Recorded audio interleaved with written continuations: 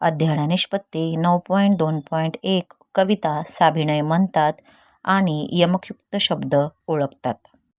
इयत्ता पहिली विषय मराठी.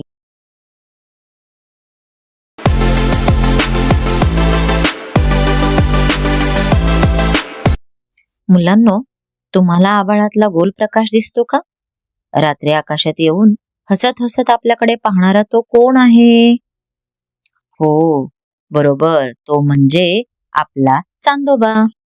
चांदोबा आपल्याला खूप आवडतो. आई झोपवताना चांदोबाची गाणी गाते, गोष्टी सांगते. चांदोबाला आपण चांदोमामा असे सुद्धा म्हणतो. त्यावर एक छान अंगाई गीत आहे. चांदोबा चांदोबा भागलास का, निंबोणीच्या झाडा मागे लपलास का. सुंदर बालगीत, अंगाई गीत ऐकून झाल्यानंतर हा चांदोबा आपल्या मनावर शांतता, गोड झोप आणतो. सुंदर आवाजात कविता.